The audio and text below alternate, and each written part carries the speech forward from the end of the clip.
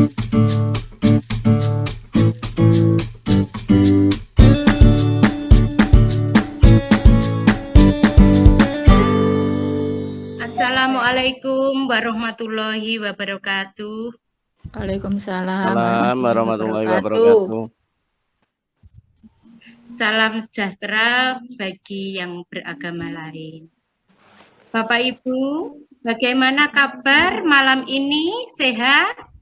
Alhamdulillah. Alhamdulillah. Alhamdulillah.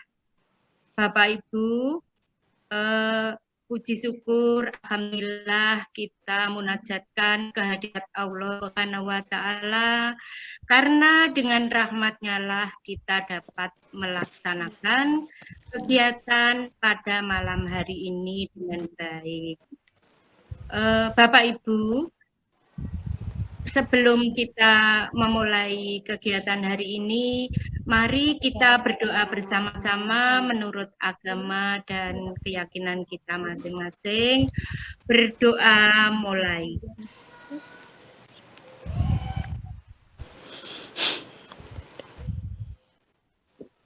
Selesai.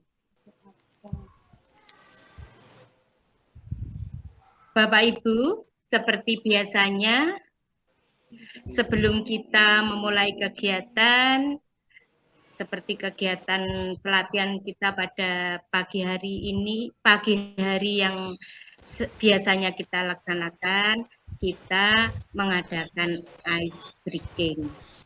Baik Bapak Ibu, ice breaking pada malam hari ini yaitu mari kita menyebutkan nama binatang, misalnya binatang yang pendek dan binatang yang panjang. Saya beri contoh, cacing itu pendek. Maaf Bapak Ibu, nanti kita sambil mengucapkan nama binatang, kita menggerakkan tangan kita ya. Cacing itu pendek, ular itu panjang. Cacing itu pendek, ular itu panjang. Begitu ya Bunda? Iya.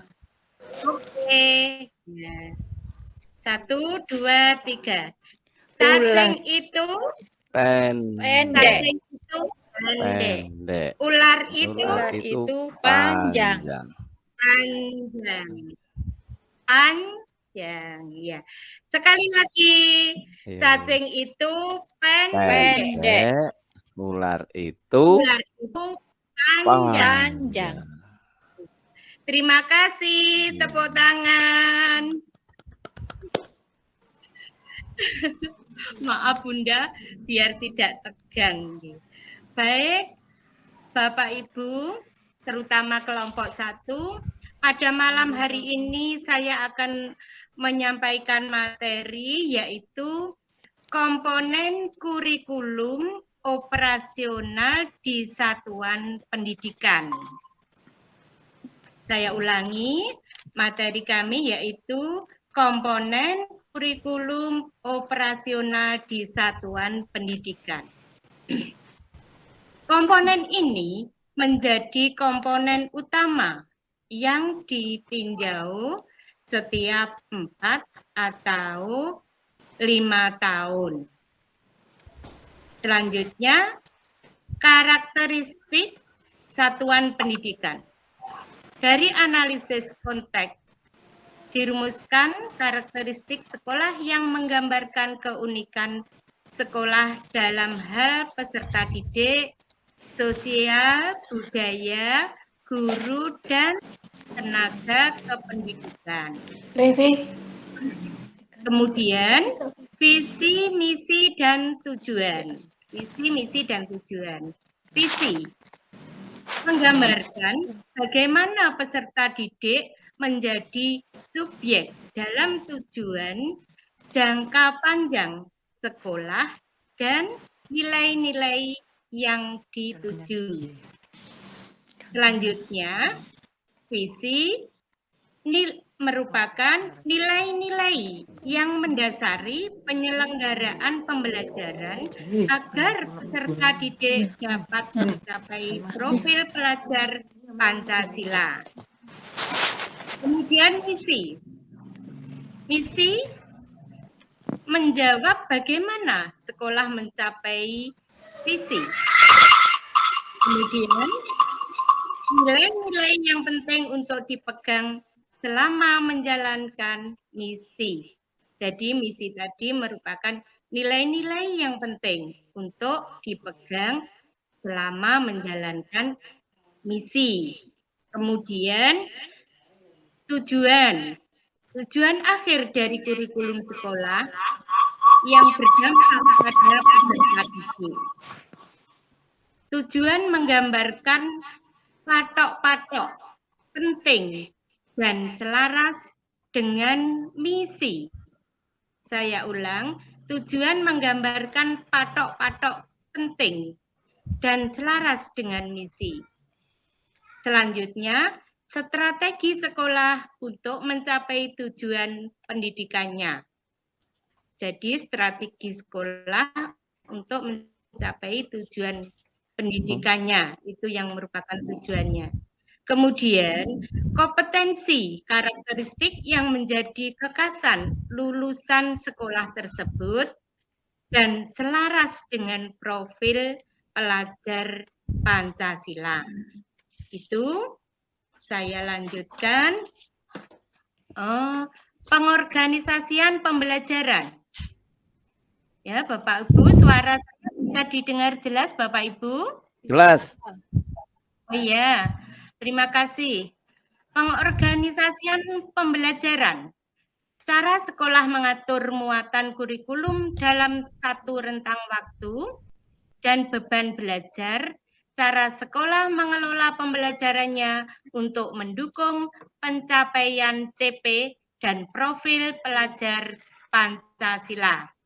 Misalnya, mingguan, sistem blok, atau cara pengorganisasian lainnya.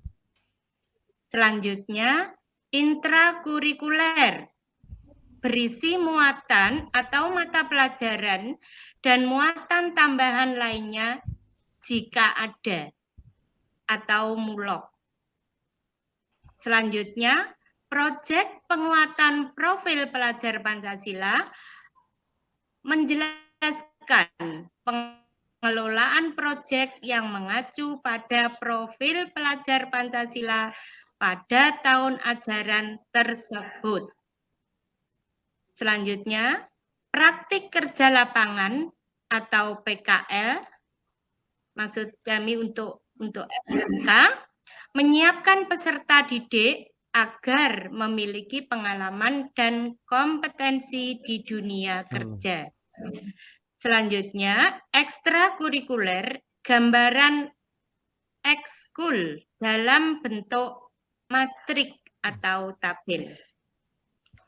Kemudian, kayak gini ini kan kena deh. Rencana pembelajaran. Rencana pembelajaran untuk ruang lingkup sekolah menggambarkan rencana pembelajaran selama setahun ajaran berisi alur pembelajaran, unit mapping untuk sekolah yang sudah menjalankan pembelajaran secara integrasi. Program prioritas satuan pendidikan. Kemudian kerangka bentuk pendampingan atau evaluasi pengembangan profesional yang dilakukan untuk peningkatan kualitas pembelajaran secara berkelanjutan di satuan pendidikan. Pelaksanaan ini dilakukan oleh para pemimpin satuan pendidikan secara internal dan bertahap sesuai dengan kemampuan satuan pendidikan. Kemudian rencana pembelajaran, ruang lingkup kelas, menggambarkan rencana pembelajaran per tujuan pembelajaran dan atau per tema. untuk sekolah-sekolah yang sudah menjalankan pembelajaran secara integrasi. Selanjutnya, contoh penguatan profil pelajar Pancasila, penjabaran pilihan tema dan isu spesifik yang menjadi proyek pada tahun ajaran tersebut, deskripsi singkat tentang proyek yang sudah dikontekstualisasikan dengan kondisi lingkungan sekolah dan kebutuhan peserta didik tidak perlu disampaikan rincian pembelajarannya. Yang terakhir, referensi landasan hukum atau landasan lain yang kontekstual dengan karakteristik sekolah. Bapak Ibu, itu materi yang saya sampaikan pada malam hari ini, yaitu komponen kurikulum operasional di satuan pendidikan. Untuk itu mungkin dari Bapak Ibu setelah kami menyampaikan materi ini mungkin ada pertanyaan, monggo silahkan. Monggo Bu Nani, Bu Yai, Pak Ilman. Inje Bunda, Inje silakan. Ya, silakan Bunda.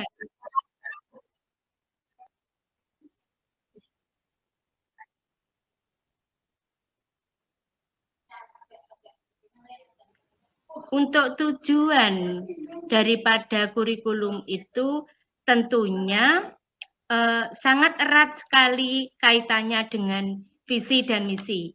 Karena visi dan misi itu merupakan tujuan daripada kurikulum. Jadi sangat berkaitan sekali dan penting sekali untuk menyampaikan tujuan daripada kurikulum. Begitu ya Bunda?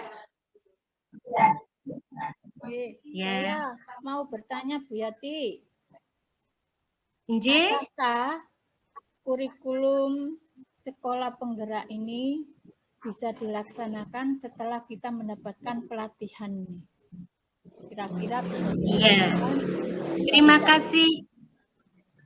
Terima kasih Bunda.